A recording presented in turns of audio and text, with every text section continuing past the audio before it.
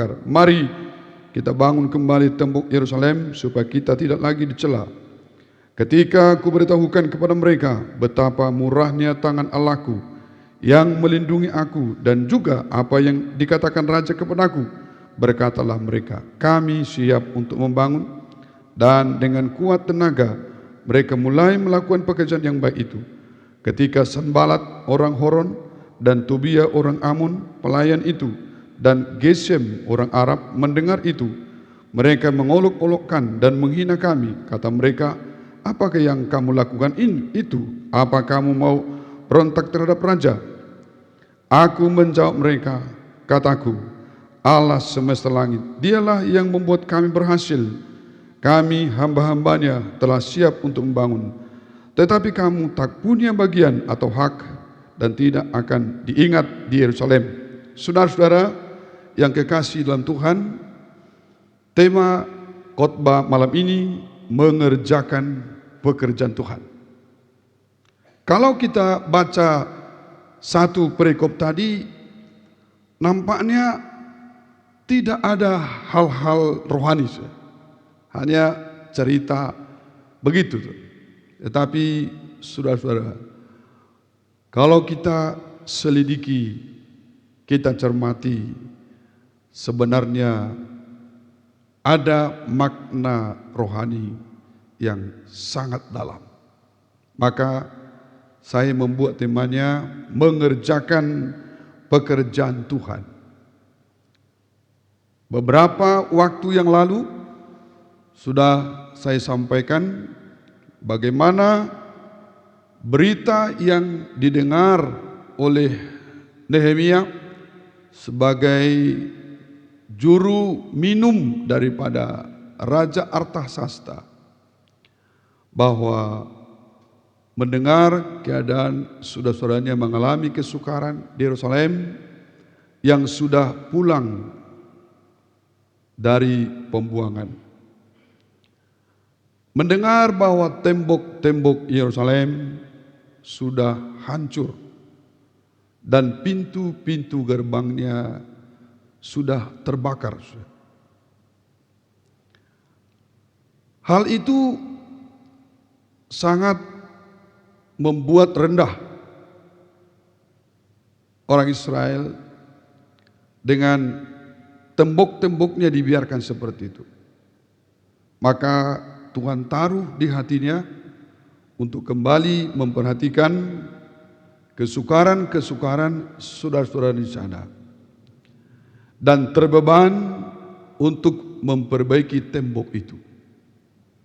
Dengan doa yang dijawab oleh Tuhan, maka Raja Artasasta mengizinkan dia berangkat. Kemudian saudara-saudara, tibalah dia seperti yang diinginkan ke Yerusalem. Maka dikatakan, maka tibalah aku di Yerusalem.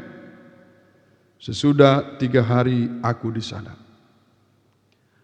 Begitu sampai dia di Yerusalem,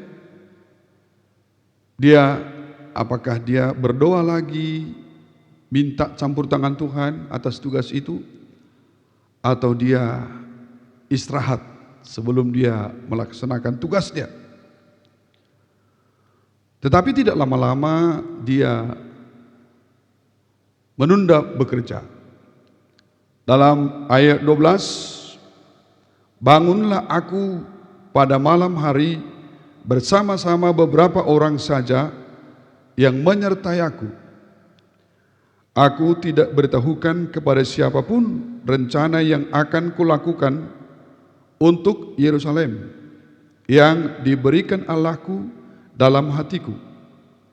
Juga tak ada lain binatang kepadaku kecuali yang kutunggangi. Saudara-saudara yang kekasih dalam Tuhan, dia ingin survei keadaan daripada tembok-tembok itu. Maka dia keluar malam-malam, dia bangkit. Artinya beban itu terus berkobar-kobar di hatinya. Dikatakan, bangunlah aku Tetapi dia mengajak beberapa orang menyertai dia untuk survei tentang tembok-tembok Yerusalem itu. Tapi dikatakan, aku tidak beritahukan kepada siapapun rencana yang akan kulakukan untuk Yerusalem. Masih dia simpan-simpan, belum kasih tahu. Jadi orang yang diajak itu belum tahu.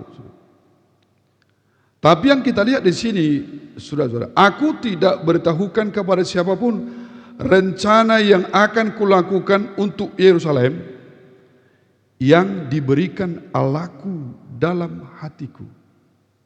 Jadi, saudara-saudara, beban ini bukan dibuat-buat oleh Nehemia, tetapi dikatakan beban yang diberikan Tuhan di hati daripada Nehemia. Jadi dia ingin melihat saudara-saudara yang kesukaran di Yerusalem. Dia ingin memperbaiki tembok Yerusalem yang rusak. Itu bukan karena hanya faktor nasionalisme. Karena dia orang Yahudi, dia peduli dengan orang Yahudi. Karena Yerusalem itu bersejarah dengan bangsa Israel, maka dia kontak begitu. Tetapi sebenarnya bukan. Bukan hanya dia kok. Orang Israel. Tapi Tuhan pilih dia. Dikatakan Tuhan taruh di hatinya sesuatu beban untuk memperbaiki tembok daripada Yerusalem. Pekerjaan ini ditaruh Tuhan dalam hatinya. Merupakan kasih karunia Allah bagi Nehemia mendapat tugas itu. Adalah kasih karunia kalau seseorang dipanggil Tuhan menjadi hamba Tuhan. Sebabnya berulang-ulang Paulus berkata, oleh kasih karunia aku boleh menjadi rasul. Oleh karena kasih karunia saya dipanggil menjadi hamba Tuhan. Kalau kita dipanggil Tuhan suatu pekerjaan Tuhan, itu adalah kasih karunia Allah. Dan tidak semua orang mendapat kasih karunia Allah itu. Filipi pasal 2 ayat 13 berkata, karena Allah lah yang mengerjakan di dalam kamu baik kemauan maupun pekerjaan menurut kerelaannya. Jadi kalau Nehemia terbeban untuk pekerjaan Tuhan, karena itu menyangkut pekerjaan Tuhan, membangun tembok Yerusalem dan pintu-pintu gerbang yang sudah rusak. Firman Allah berkata, karena Allah lah yang mengerjakan di dalam kamu. Allah yang mengerjakan beban itu di hati Nehemia. Allah yang memberikan beban. Allah yang memberikan kemauan. Allah yang memberikan beban pekerjaan menurut kerelaan Tuhan. Menurut kerelaan Tuhan. Saudara-saudara, kalau Tuhan yang memberikan itu kepada Nehemia, walaupun berat, dia harus puasa, dia banyak tantangan, tetapi dia percaya atas beban yang diberikan Tuhan kepada dia. Saudara. Demikian juga kalau kita diberikan Tuhan suatu beban, suatu pekerjaan Tuhan, orang lain tidak tahu, tapi Tuhan taruh di hati saya dan saudara. Itu adalah kasih karunia. Sekalipun beban itu menurut kita sulit dengan logika kita. Mungkin bagi kita tidak mungkin. Tapi kalau Tuhan yang sudah mengerjakan itu, menaruh di hati kita suatu beban untuk suatu tugas, pekerjaan Tuhan, tidak perlu kita ragu, saudara. Firman Allah berkata dalam 1 Tesalonika pasal 5 ayat 2, Ia yang memanggil kamu adalah setia. Tuhan yang memanggil Nehemia untuk tugas itu dan menaruh di hatinya suatu beban akan pekerjaan itu, dia setia. Ia juga akan menggenapinya. Artinya Tuhan taruh di hati Nehemia akan membangun tembok Yerusalem, membangun pintu-pintu gerbang yang sudah rusak. Dia pasti genapi, sekalipun menghadapi tantangan. Artinya pasti digenapi rencana itu. Saudara-saudara, Tuhan yang kasih beban dan Dia akan menggenapinya. Jika saya dan saudara diberikan Tuhan beban untuk suatu pekerjaan Tuhan, itu adalah kasih karunia. Dan lakukanlah, Tuhan pasti tolong sampai tergenapi. Saudara-saudara yang kekasih dalam Tuhan, jadi bukan maunya Nehemia, tapi Tuhan taruh di hatinya tugas itu. Kemudian begitu dia sampai di Yerusalem, langkah selanjutnya Nehemia mengambil langkah-langkah. Selanjutnya sebelum mengerjakan pembangunan tembok Yerusalem, Nehemia melakukan survei. Untuk apa? Untuk mengetahui tembok Yerusalem. Saya sudah bacakan tadi, saudara-saudara, saya tidak perlu baca. Dia melihat tembok-tembok itu bagaimana. Dan dia malam-malam, saudara. Artinya hatinya bergelora, saudara. Semangat terus. Sekalipun melewati jalan demi jalan penuh dengan ancaman. Binatang-binatang buas, penjahat-penjahat yang lain. Tapi dia tidak takut, saudara. Salah satu hal yang membuat dia tidak takut karena yakin tugas itu ditaruh Tuhan di hatinya. Kan dia tidak takut dia, makanya berani, saudara. Dia ingin survei mana tembok-tembok yang akan diperbaiki, mana tembok-tembok yang akan diperbaiki, mana pintu gerbang yang akan diperbaiki, saudara. Survei dia, saudara. Saudara, kalau seorang pengusaha, kalau ada proyek yang akan dikerjakan, tentu pasti survei, saudara. Berapa hari dikerjakan ini? Apa dibutuhkan? Dia harus lihat dulu, saudara. Dan sekalian juga si Nehemia ingin tahu berapa biaya yang dibutuhkan. Sama seperti pengusaha, saudara. Sebelum dia mengiyakan, dia membuat perhitungan. Jangan nanti sampai rugi, saudara. Jangan sampai rugi. Untuk apa kita buka usaha kalau tidak menguntungkan, saudara? Seperti yang dikatakan oleh firman Tuhan dalam Lukas 14 ayat 28. Sebab siapakah di antara kamu yang kalau mau mendirikan sebuah menara tidak duduk dahulu membuat anggaran biayanya, kalau cukup uangnya untuk menyelesaikan pekerjaan itu,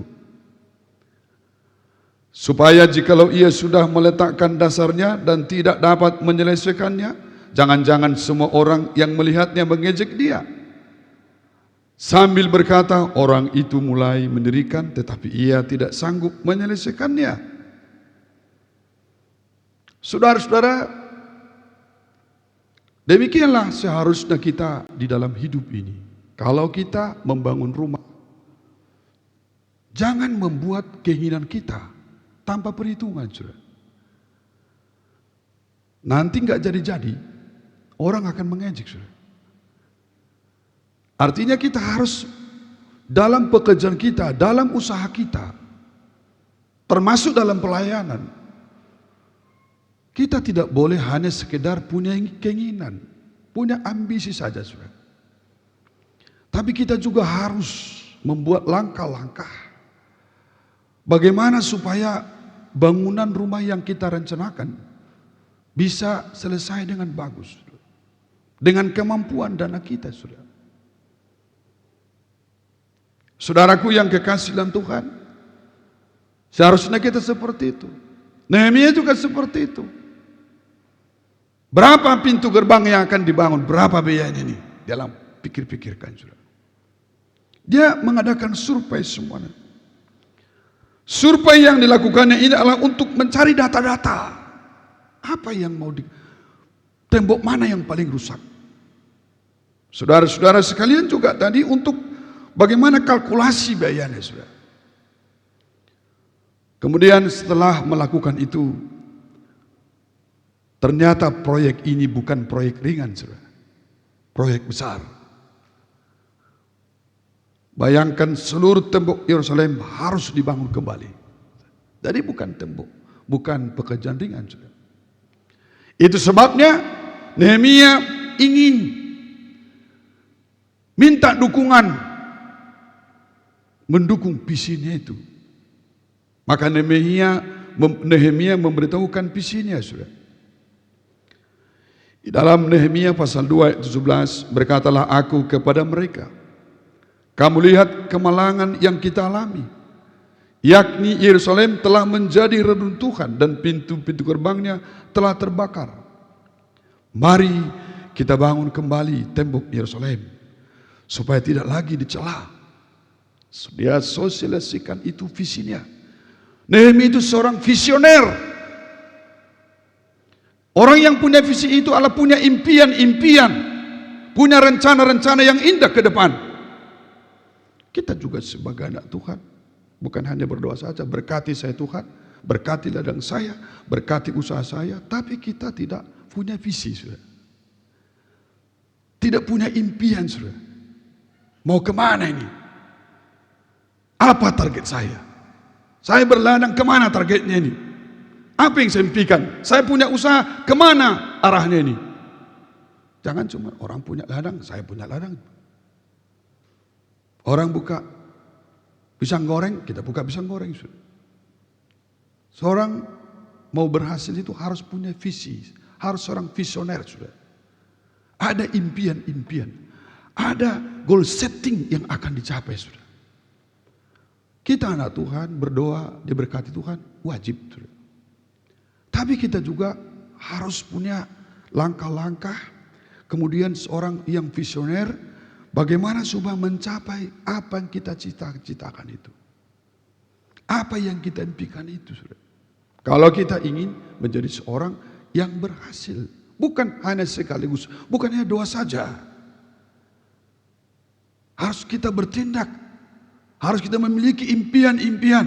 Dan kemudian kita ajak orang bagaimana supaya visi kita itu bisa tercapai. Maka dia membagikan visinya. Karena dia seorang visioner, saudara. Ini seorang pemimpin. Nehemia seorang pemimpin, saudara. Seorang pemimpin itu perlu punya visi, saudara. Harus visioner, saudara. Suami itu seorang pemimpin harus punya visioner. Apa visi saya buat keluarga saya?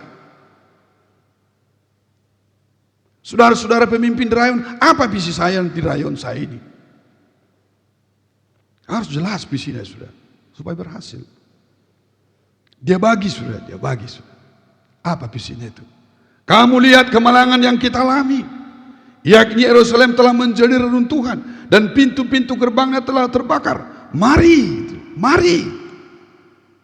saudara, kita bangun kembali tembok Yerusalem supaya kita tidak dicela lagi. Ternyata saya katakan tadi, selama tembok Yerusalem itu rusak, pintu-pintu gerbangnya rusak, orang lain mencela. Katanya umat pilihan, itu tembok-temboknya itu mana bisa diselesaikan, diperbaiki, pintu-pintu gerbangnya rusak. Jadi bahan celaan orang, sudah bangsa-bangsa lain.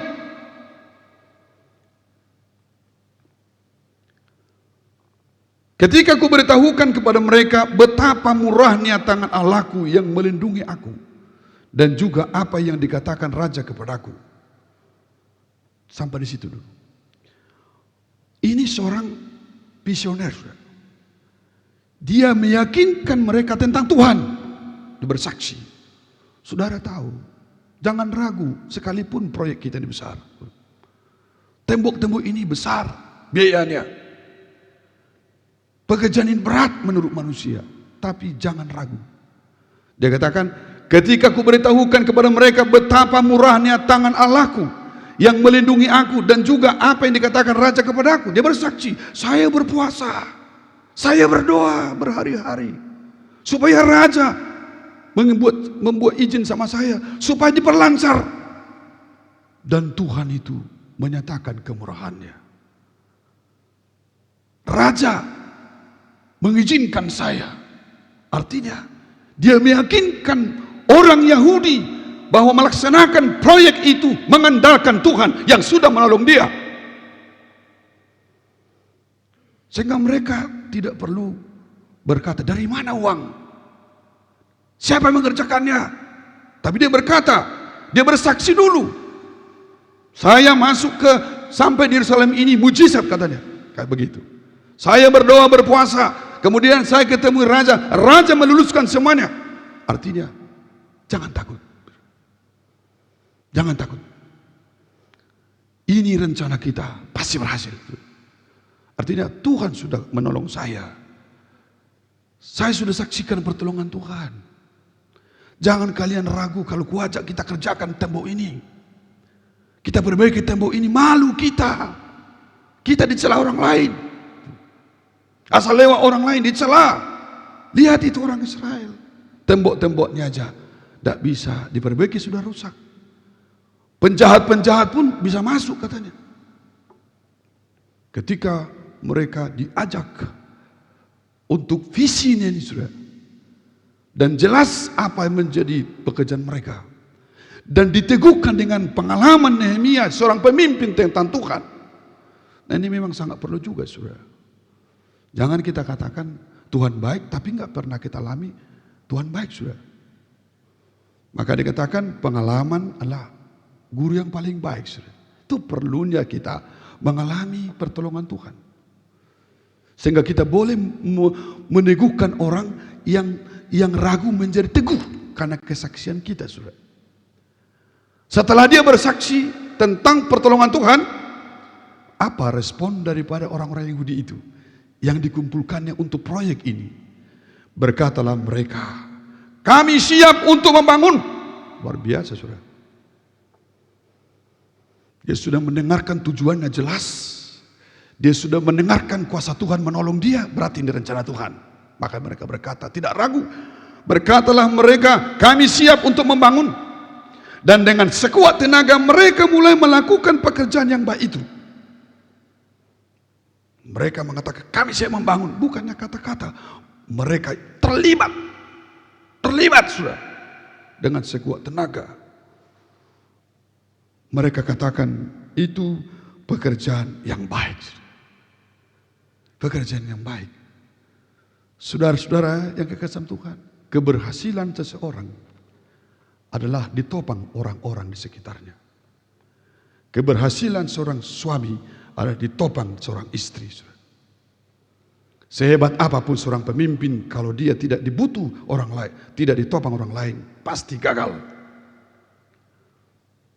Tetapi keberhasilan seorang pemimpin adalah ditopang orang-orang di sekitarnya. Jadi kalau kita berhasil, kalau kita sukses, jangan lupakan orang-orang yang menolong kita. Katakan amin. Jangan lupakan istri, kemudian melakukan perbuatan dosa. Padahal istri yang paling susah mendorong, mendoakan, berkorban. Jangan sudah berhasil lupa, saudara.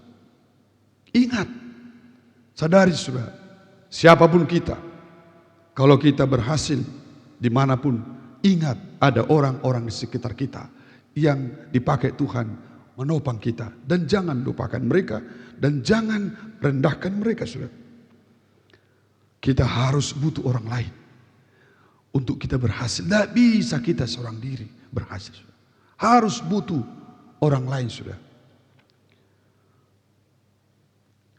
Nehemia pasal 2:19, ketika Sanballat orang Horon dan Tobia orang Amon, pelayan itu, dan Gesem orang Arab mendengar itu, mereka mengolok-olokkan dan menghina kami. Kata mereka, apa yang kamu lakukan itu? Apa kamu mau berontak terhadap raja? Saudara-saudara, di tengah-tengah semangatnya Nehemia melakukan pekerjaan Tuhan ini, yang dikatakan tadi pekerjaan yang baik, ternyata ada kelompok-kelompok yang tidak mendukung. Siapakah itu? Dikatakan kelompok Sambalat yang saya khotbahkan minggu kemarin, kelompok Tobia, tambah lagi kelompok Gesem orang Arab. Saudara-saudara yang kekasihan Tuhan, mereka katakan, mereka mengolok-olokkan ketika dimulai, ketika mulai mereka kompak melakukan itu. Mereka mengolok-olokkan dan menghina kami. Kata mereka, apa yang kamu lakukan itu? Apa kamu mau berontak terhadap raja? Saudara-saudara, tidak ada seorang pemimpin yang tidak menghadapi tantangan. Tidak ada orang yang sukses tanpa tantangan. Sekarang bagaimana kita menyikapi tantangan itu? Apakah itu secara diam-diam, secara terang-terangan? Pasti ingin menghambat kita maju, ingin menghambat kita berhasil. Pasti. Bisa juga manusia, bisa juga iblis, penguasa-penguasa di udara, saudara. Sekalipun itu pekerjaan Tuhan, saudara. Ini kan pekerjaan Tuhan. Rupanya ada kelompok Sambalat, kelompok Sambalat, kelompok Tobia, kelompok Gesem tidak setuju, saudara. Tidak mendukung pekerjaan yang baik ini, pekerjaan yang datang dari Tuhan ini. Saudara-saudara, ketika misi dari Tuhan ini dinyatakan melalui Nehemia untuk membangun tembok Yerusalem yang sudah rusak, untuk membangun kembali pintu-pintu gerbang yang sudah terbakar, ada dua kelompok yang dihadapi oleh Nehemia dalam melaksanakan misi ini. Kelompok yang pertama adalah kelompok yang setuju. Dalam Nehemia pasal 2 ayat 11, berkatalah aku kepada mereka, kamu lihat kemalangan yang kita alami, yakni Yerusalem telah menjadi reruntuhan dan pintu-pintu gerbangnya telah terbakar. Mari kita bangun kembali tembok Yerusalem supaya kita tidak lagi dicela, diajak. Ayo, ini perlu, ini dari Tuhan pekerjaan ini. Ketika aku beritahukan kepada mereka betapa murahnya tangan Allahku yang melindungi aku, dan juga apa yang dikatakan raja kepadaku, berkatalah mereka, kami siap untuk membangun. Dan dengan sekuat tenaga mereka mulai melakukan pekerjaan yang baik itu. Saudara-saudara yang kekasih dalam Tuhan, kelompok ini mengatakan siap, karena ini pekerjaan Tuhan, kita dukung, kita buktikan dengan tenaga kita. Dia berkata, jangan sampai kita diejek, saudara.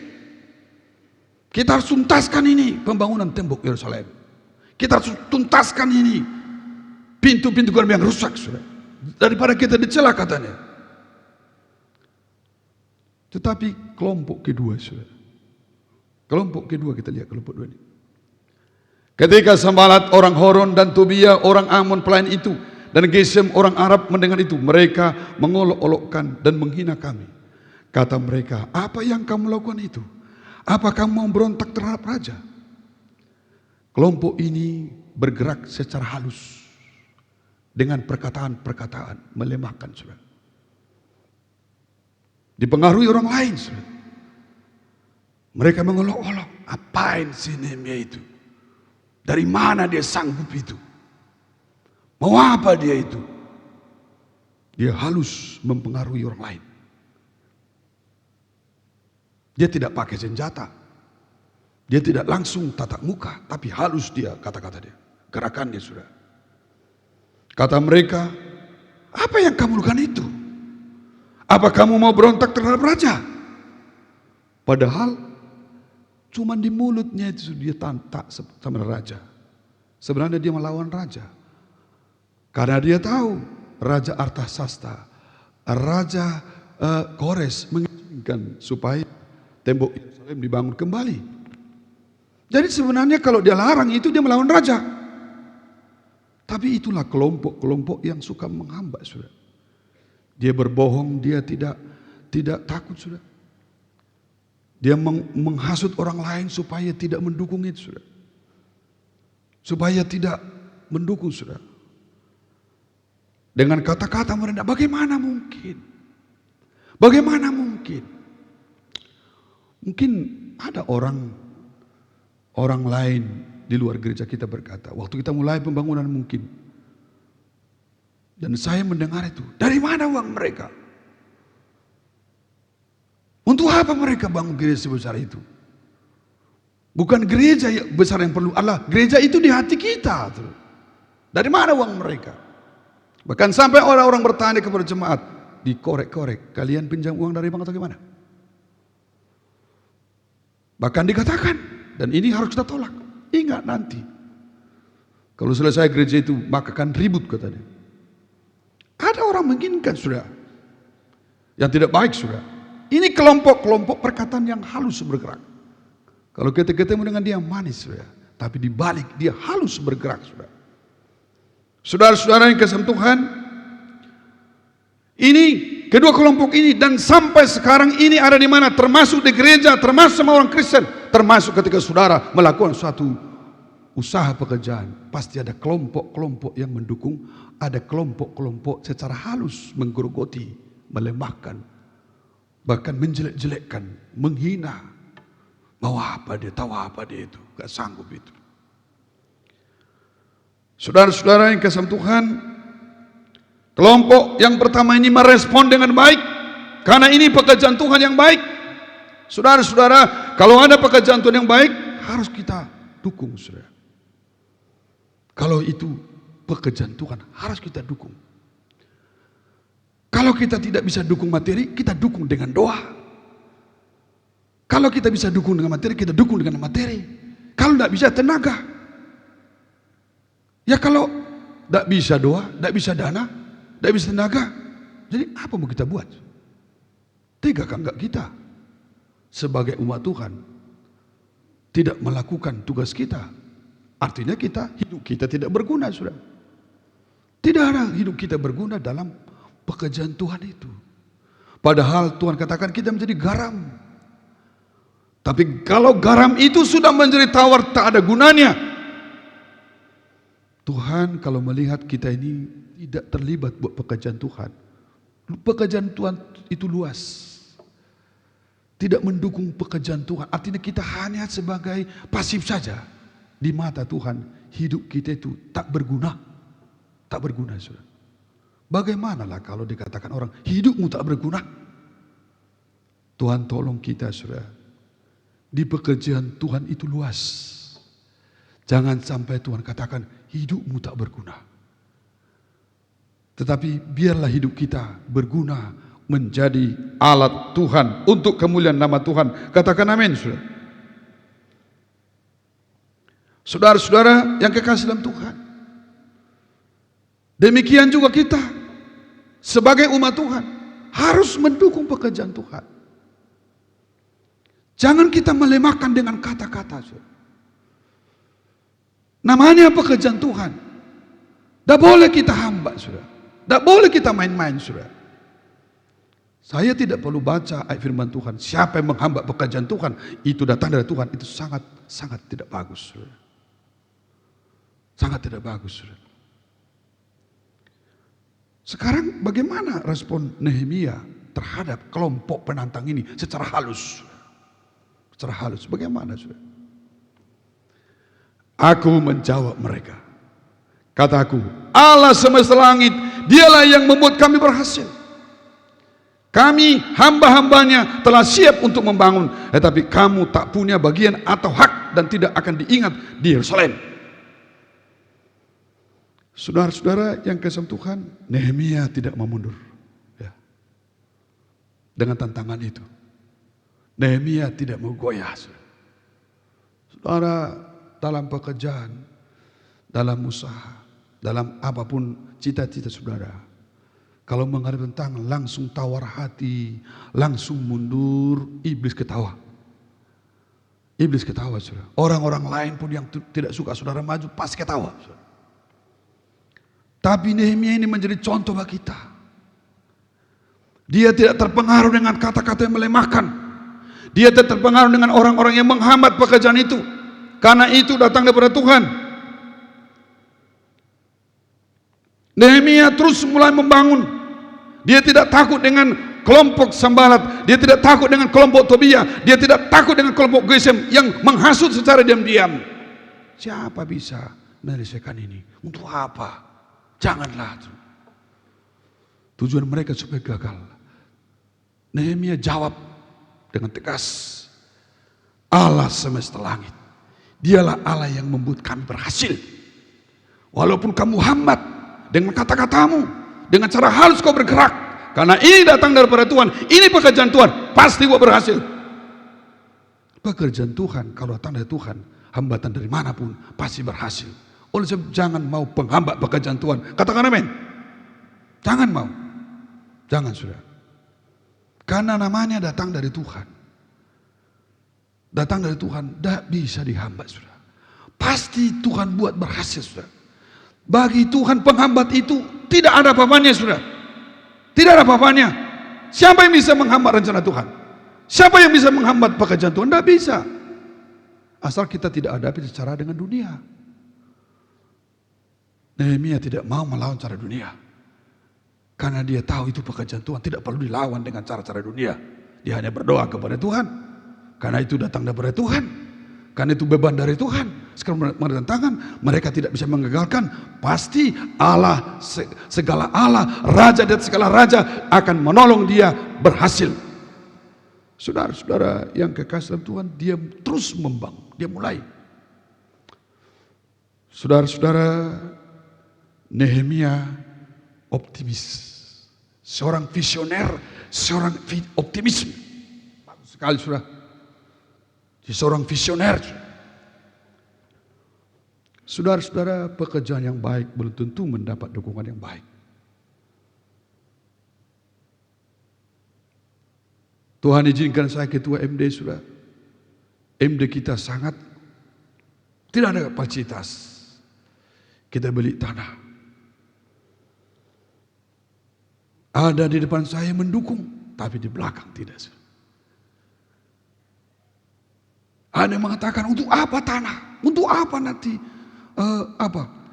Kita buat kantor, kita buat sekolah kita buat nanti wisma, kita buat nanti tempat acara besar-besaran. Kita nggak perlu itu. Dia lihat ketika kirim anak-anaknya sakit-sakitan semuanya. Setelah acara jambore sudah.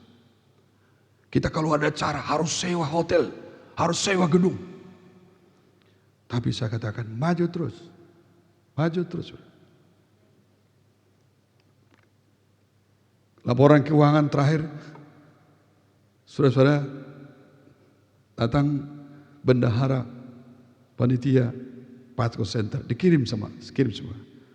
Sekian hamba Tuhan, sekian gereja GPDI, tapi lebih banyak yang tidak mendukung. Saya tidak komen. Tapi saya lihat angka bayaran kita tinggal 500 juta sekian. Bayangkan 1,5 hektar kali 160.000. Begitu banyak menakut-nakuti kita. Ya Pak Jabat kan? Begitu banyak menakut-nakuti kita. Banyak menakut-nakuti. Tapi saya dengan tim maju. Maju saya bilang. Ini beban dari itu. Ini dibutuhkan pekerjaan Tuhan. Maju. Dan puji Tuhan. Saya percaya kalau hampir 2 miliar sudah selesai. Masa 500 juta tidak selesai? Tapi tantangan itu ada. Tantangan itu ada. Tantangan saya pernah bilang satu wilayah. Kalau kalian tidak bantu, gak apa-apa sebelah. Gak apa-apa. Tapi jangan kalian pikir kalau tidak dukung, tidak selesai tanah. Saya selesai sebelah. Tunduk mereka semua. Karena di wilayah itu, waduh, bantuan itu sangat kecil. Tapi ngomong dia banyak sudah. Saya bilang, kalau kalian tidak mau bantu, jangan banyak ngomong sebelah. Tapi jangan pikir kalian tidak bantu. Tidak selesai itu Pentecost Center. Terdiam mereka semua. Kenapa saya percaya itu datang dari Tuhan? Bukan mereka yang membuat berhasil. Tuhan pasti buat berhasil. Saudara dalam usaha juga seperti itu. Banyak tantangan. Banyak hambatan. Tetapi bukan tantangan itu. Tujuan tantangan itu kan supaya kita tawar hati. Supaya kita mundur. Supaya kita melihat diri kita. Oh iya, saya mundurlah. Jangan sudah. Kita harus seorang yang visioner, punya impian yang bagus, punya impian yang indah, dan yang berkenan kepada Tuhan. Kita harus optimisme, Tuhan pasti buat kita berhasil. Tak boleh tawar hati, saudara. Sampai ada anggota MD mengatakan, Mikael, bilang sama papa, jangan terlalu banyak berpikir. Saya bilang, bukan terlalu banyak berpikir. Jangan semua dipikirkan, pikirkan sekolah kita, pikirkan Pentecost Center, bilang sama papa. Saya yakin selama hidup pasti kita berpikir. Tapi saya tidak mau dihalang-halangi dengan kata-kata seperti itu. Karena tujuannya untuk kemuliaan nama Tuhan. Saudara-saudara, saudara mau berhasil? Saudara mau berhasil? Ketika ada tantangan biasa itu, ada kelompok yang setuju, yang mendorong kita, ada kelompok yang tidak. Diam-diam saudara. Jangan mau mundur, jangan tawar hati. Miliki pikiran optimis. Kita harus maju terus. Kenapa? Keberhasilan kita bukan pada penghambat itu. Keberhasilan kita datangnya daripada Tuhan. Katakan amin. Saudara-saudara, dia tidak loyo. Kenapa? Karena itu beban datangnya daripada Tuhan. Itu bukan karena dibuat-buat. Dan dia lihat Tuhan sudah awali dengan izin daripada Sambalat, daripada Artasasta. Silakan, apa yang kau perlu? Apa yang kau perlu untuk keperluan itu? Ku kasih katanya. Itu kan sudah awal baik sudah. Percayalah, kalau Tuhan sudah awali, dia pasti selesaikan dengan sempurna. Katakan amin. Itu yang harus pikirkan kita. Satu titik saja kita lihat persetujuan Tuhan, melangkahlah terus, melangkahlah. Beban ini datangnya daripada Tuhan. Maka dia Filipi berkata, karena Allah lah yang mengerjakan di dalam kamu baik kemauan maupun pekerjaan menurut kerelaannya. Lakukanlah segala sesuatu dengan tidak bersungut-sungut dan tidak berbantah-bantah. Saudara, ketika ada di hati saudara beban di gereja ini, saudara tidak mampu, tapi Tuhan kasih beban, tidak usah cari sama orang lain. Doakanlah, Tuhan taruh beban di hati saya. Saya tidak mampu Tuhan. Tapi kalau memang beban ini betul-betul Tuhan taruh di hatiku dan aku melakukan, saya percaya Tuhan akan melakukannya. Tuhan akan melakukannya. Jangan tahan-tahan. Saya ingin berbuat ini, tapi saya bagaimana ini nggak mampu. Kalau sudah ada gerakan, ada beban, udah lakukan saja. Engkau sedang memperoleh kasih karunia. Engkau sedang dipakai Tuhan, engkau sedang dipanggil Tuhan, ada beban yang harus kau kerjakan. Walaupun tidak ada, majulah, Tuhan pasti tolong. Tuhan pasti tolong, saudara. Karena dia yang memulai, dia akan selesaikan dengan bagus. Jika melakukan pekerjaan Tuhan, pasti ada yang mendukung, pasti ada yang tidak mendukung. Itulah tantangan, saudara. Tetapi jangan kita lihat yang tidak mendukung itu. Kita lihatlah ini pekerjaan Tuhan. Maka kita harus kuat. Akhirnya hendaklah kamu kuat dalam Tuhan. Dalam kekuatan kuasanya. Jangan mundur. Tuhan yang memberi, Tuhan akan menolong kita, saudara. Saudara-saudaraku yang kekasih Tuhan. Tujuan daripada khotbah ini. Allah mau saya dan saudara turut bekerja bersama dengan Tuhan. Dia mau mengajak saya dan saudara bekerja bersama-sama dengan dia. Tuhan mau bekerja sama dengan Nehemia. Tuhan mau bekerja sama orang-orang yang ingin membangun tembok Yerusalem itu. Dia butuh orang-orangnya untuk bermitra dengan dia. Saudara-saudara, saudara dan saya inginnya Tuhan supaya kita mitranya Tuhan. Allah mau bekerja bersama dengan kita. Oleh sebab itu, mari kita berikan hidup kita berguna untuk Tuhan, berguna untuk pekerjaan Tuhan. Karena Allah menginginkan kita untuk dipakai supaya hidup kita berguna garam itu berdampak, saudara. Jangan sampai hidup kita tidak berguna untuk Tuhan. Tapi mari hidup kita dipakai Tuhan menjadi alatnya untuk pekerjaan Tuhan. Pekerjaan Tuhan itu sangat luas. Oleh sebab itu hidup kita gunakan untuk mendukung pekerjaan Tuhan, untuk kemuliaan nama Tuhan. Mari kita dukung pekerjaan Tuhan. Mari kita sama-sama bangkit berdiri. Kita angkat satu pujian. Pakailah aku Tuhan sesuai kehendak-Mu. Haleluya. Mari kita pakai hidup. Kita berikan hidup kita dipakai Tuhan menjadi alatnya, menjadi kawan sekerja Allah. Pekerjaan Tuhan itu sangat luas di gereja ini. Haleluya. Pakailah aku Tuhan sesuai kehendak-Mu. Seluruh hidup ini ku persembahkan hanya untuk-Mu. Amin.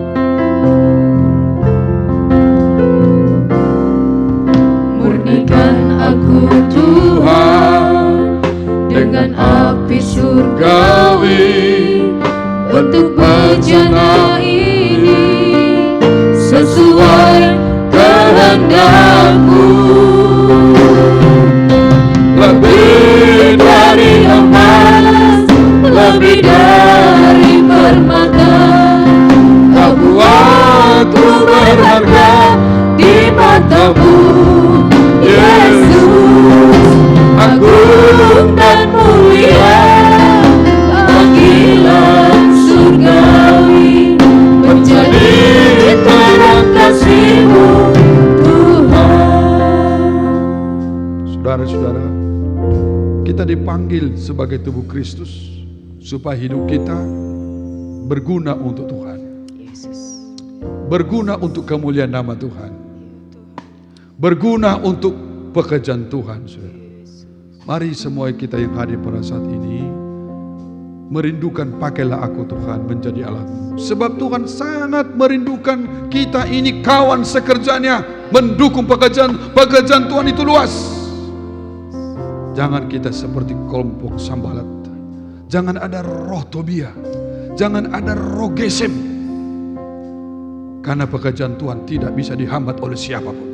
Pekerjaan Tuhan pasti berhasil. Mari kita berikan hidup kita dipakai Tuhan. Sekali lagi angkat pujian ini. Haleluya, pakailah aku Tuhan. Haleluya. Pakailah aku Tuhan sesuai kehendak-Mu. Seluruh hidup ini ku persembahkan hanya untuk-Mu. Amin. Murnikan aku Tuhan dengan api surgawi, bentuk bejana ini sesuai kehendak-Mu. Lebih dari emas, lebih dari permata, Tuhan menjadi alatnya. Kau buatku Agar hidup kita berguna buat kemuliaan Tuhan. Memakai kita menjadi alatnya. Agung dan mulia panggilan surgawi, menjadi terang kasih-Mu Tuhan. Lebih dari emas, lebih dari permata, Kau buatku berharga di mata-Mu, Yesus.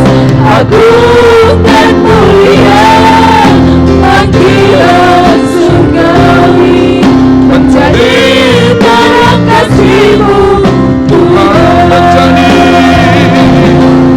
Menjadi terang kasih-Mu Tuhan. Menjadi terang kasih-Mu Tuhan, kami bersyukur Tuhan memanggil kami menjadi anak-anak Tuhan. Merupakan kasih karunia kalau Tuhan taruh beban di hati kami untuk pekerjaan-Mu, untuk tugas pelayanan. Sekalipun kami menghadapi tantangan, sekalipun kami menghadapi hambatan, Tapi kalau itu datang daripada Tuhan, pasti kami berhasil dipakai Tuhan. Oleh sebab itu, pakai kami Tuhan. Pakai semua jemaat-Mu ini menjadi pendukung pekerjaan Tuhan, menjadi alat Tuhan untuk kemuliaan nama Tuhan. Sehingga lewat hidup kami, nama Tuhan dimuliakan. Betapa indahnya kalau hidup kami berguna untuk Tuhan, berguna menjadi anak Tuhan, menjadi kawan sekerja daripada Tuhan. Selama napas di kandung kami mau berbuat untuk Tuhan, untuk kemuliaan nama Tuhan. Pakai kami semua di dalam nama Tuhan Yesus. Haleluya. Amin. Silakan duduk.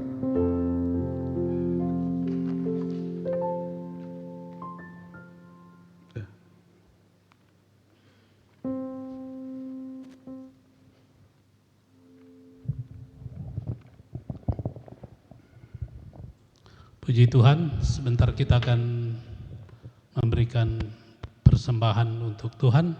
Kita berdoa untuk persembahan yang akan kita berikan kepada Tuhan. Bapak yang baik, kami bersyukur kepada Tuhan. Tuhan sudah melawat ibadah pertengahan minggu kami ini. Sebelum kami meninggalkan rumah Tuhan ini, kami mau memberikan persembahan sebagai ucapan syukur kami kepada Tuhan. Kiranya Engkau memberkati kami semua Bapak. Berkati pekerjaan usaha kami, apapun itu selagi berkenan kepada Tuhan, Tuhan berkati. Terima kasih Tuhan, terima kasih. Kami siap memberikan yang terbaik untuk Tuhan. Haleluya, haleluya. Amin. Yang bertugas datang ke depan, kita akan satu pujian, diberkatilah.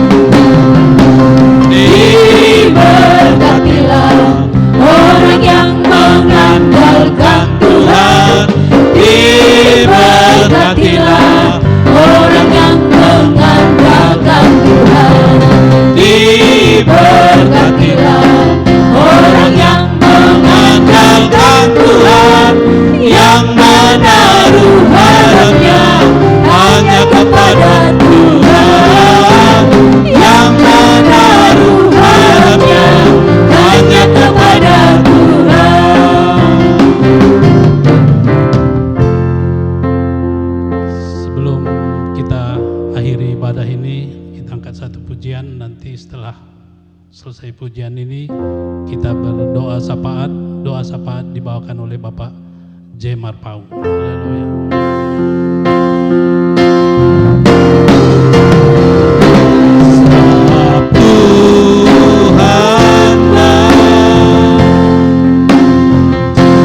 Bahwasanya untuk selamanya kasih setia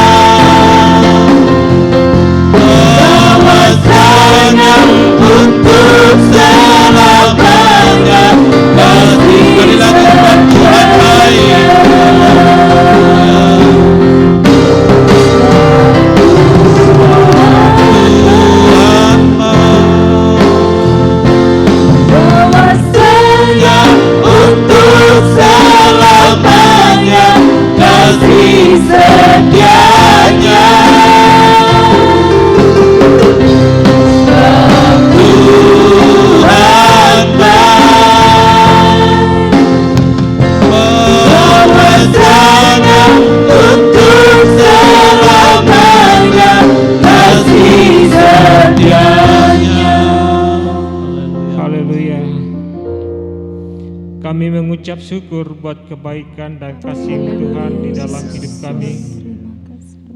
Di mana ibadah pertengahan minggu ini kami telah lakukan. Kami telah angkat pujian dan penyembahan kepada Engkau, menyenangkan Engkau, memuliakan Engkau. Biarlah Engkau bertata di atas segala pujian yang kami angkat, kami agungkan di dalam ibadah kebaktian kami pada malam hari ini Tuhan. Terima kasih. Juga kami telah diberkati oleh firman-Mu. Sebagaimana firman mengajak kami supaya kami menjadi alat-Mu. Engkau pakai sebagai seturut dengan kehendak-Mu. Untuk itu Tuhan, berikan kami hikmat, berikan kami pengetahuan, berikan kami pengertian, supaya kami dapat menjalani apa rencana-rencana Tuhan di dalam kehidupan kami, sehingga rencana Tuhan tercapai. Jika pengetahuan, hikmat dan pengertian ada pada kami, itu semua akan berjalan dengan baik. Terima kasih Bapa, terima kasih. Kami mau Engkau pakai kami menjadi alat-Mu, supaya kami, nama Tuhan dipuji dan dimuliakan. Untuk itu berikan kami Tuhan pengetahuan, hikmat dan pengertian ini, supaya kami tidak dicela, supaya kami menjadi terang-Mu di dalam, menjadi terang menerangi segala sesama kami. Terima kasih Bapa, terima kasih. Juga kami mau Tuhan, supaya kebajikan, kemurahan dan berkat melimpah ada pada kami, sehingga semuanya itu kami pakai untuk kemuliaan nama Tuhan. Terima kasih Bapa, terima kasih. Kami mau Tuhan, ini ada pada kami, supaya Engkau pakai kami menjadi alat-Mu, turut dengan kehendak-Mu Bapa. Terima kasih Bapa, terima kasih. Kami juga telah mendengarkan kesaksian daripada Bapak Ginting. Kami diberkati, supaya kami juga mengandalkan Engkau di setiap kehidupan kami. Apapun terjadi, terlebih pada saat-saat ini, COVID yang masih melanda dunia ini Tuhan. Tapi kami percaya Engkau menyertai kami. Kami percaya Engkau telah menghalaukan itu dalam kehidupan kami, sehingga kekhawatiran, kecemasan Engkau halaukan semuanya dalam kehidupan kami. Terima kasih Bapa, terima kasih. Kami juga berdoa Tuhan untuk anak kami, anak pada J. Manik pada saat ini berbaring di rumah sakit Parina. Tuhan tolong Tuhan, penyakitnya adalah demam berdarah Tuhan. Biarlah Engkau sembuhkan dia jamah dalam nama Tuhan Yesus. Dalam nama Tuhan Yesus, kesembuhan ada pada anak kami ini Tuhan. Terima kasih Bapa, terima kasih. Sepanjang minggu ini kami serahkan seluruh tubuh jiwa roh kami dalam tangan pengasihan-Mu. Biarlah Engkau yang melawat kami, memberkati kami, menuntun kami. Engkau selalu tiasa ada di depan kami, membimbing kami, membawa kami kepada rumput yang hijau. Terima kasih Bapa, terima kasih. Kami juga berdoa untuk bangsa dan negara kami ini Tuhan, supaya Engkau yang melawat Tuhan, memberkati, mulai dari Bapak Presiden, Gubernur dan sampai jajaran paling rendah, kami serahkan dalam tangan pengasihan. Biarlah kami senantiasa bebas beribadah untuk memuji memuliakan Engkau. Segala niat-niat sejahat, niat orang baik kami halaukan dalam nama Tuhan Yesus. Terima kasih ya Bapak, terima kasih. Juga kami berdoa untuk pelalawan ini Tuhan, di mana kami berpijak di sini, di mana kami berkarya di sini, supaya juga Engkau yang berkati pelalawan ini Tuhan. Terima kasih ya Bapa, terima kasih. Gereja dan pastori kami serahkan dalam tangan pengasihan Tuhan.